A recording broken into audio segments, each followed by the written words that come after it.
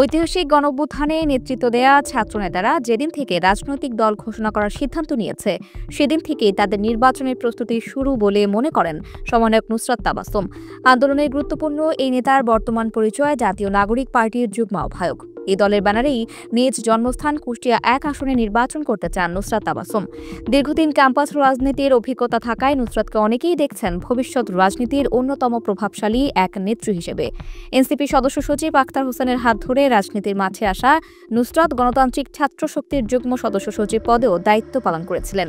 নুসরাত বেশ ভালোভাবেই জানেন সাংগঠনিক দায়িত্ব কিভাবে পালন করতে হয়। সম্প্রতি জাতীয় নাগরিক পার্টির আত্মপ্রকাশ অনুষ্ঠানের দিনে নুসরাত তাবাসসুম বলেন, কুষ্টিয়া ১ লোডিং ইনশাল্লাহ, জনকল্যাণকে মুখ্য এবং অতি অবশ্যই একমাত্র দায়িত্ব হিসেবে গ্রহণ করে আমি আমার জাতীয় রাজনৈতিক জীবন শুরু করছি। মহান সৃষ্টিকর্তা যেন আমার হাত দিয়ে কোনোদিন কোনো জনবেদনাদায়ক কাজ না করায়, যেন মানুষের দুঃখের কারণ না বানায়। দৌলতপুরের এক এক টুকরা মাটি, পানি, গাছ এবং বাতাস আজ থেকে আমার কাছে আমানত স্বরূপ। দৌলতপুরের প্রতিটা ঘর আজ থেকে আমার পরিবার। দৌলতপুরের চাষি, জেলে, কামার, কুমার, তাতে থেকে শুরু করে ব্যবসায়ী, শিক্ষক, শিক্ষার্থী, সকল শ্রেণী পেশার মানুষ আমার আত্মীয়।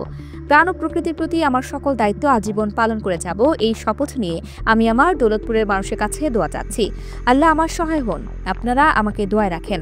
জানা গিয়েছে নুসরাত ইতিমধ্যেই তার নির্বাচনী এলাকায় জনসংযোগ শুরু করে দিয়েছেন। দৌলতপুরে বিভিন্ন ত্রাণ ও দাতব্য কর্মসূচিতে অংশ নিচ্ছেন নুসরাত তাবাসসুম। তবে এই আসনটি দীর্ঘদিন ধরেই বিএনপির দখলে ছিল। সবাই কুষ্টিয়া ১-কে আহসানুল হক মোল্লার আসন হিসেবেই চিনত। আওয়ামী শাসনামলে এখানে বিএনপি মাথা তুলে দাঁড়াতে না পারলেও বর্তমানে তারা আবারও আধিপত্য বিস্তার করছে। এমনকি তীব্র আকার ধারণ করছে দলীয় কোন্দল। আওয়ামী লীগ যে স্টাইলে লুটপাট ও দখলদারত্বের রাজনীতি করেছে, সেই একই স্টাইলে কুষ্টিয়া জেলা বিএনপির আহ্বায়ক কমিটির নেতারা রাজনীতি করছেন বলে সম্প্রতি সংবাদ সম্মেলন করেন বিএনপির পদবঞ্চিত নেতাকর্মীরা। ধারণা করা হচ্ছে কুষ্টিয়া ১ আসনে বিএনপি থেকে মনোনয়ন পাবেন আহসানুল হক মোল্লার সন্তান রেজা আহমেদ বাচ্চু, যিনি বর্তমানে দৌলতপুর বিএনপির সভাপতি হিসেবে আছেন। আগামী নির্বাচনে কুষ্টিয়া ১ আসন পুনরুদ্ধারে মরিয়া বিএনপির এই নেতাকে হারিয়ে নুসরাত তাবাসসুম ইতিহাস করতে পারবেন কিনা তা জানা যাবে আগামী ডিসেম্বরে।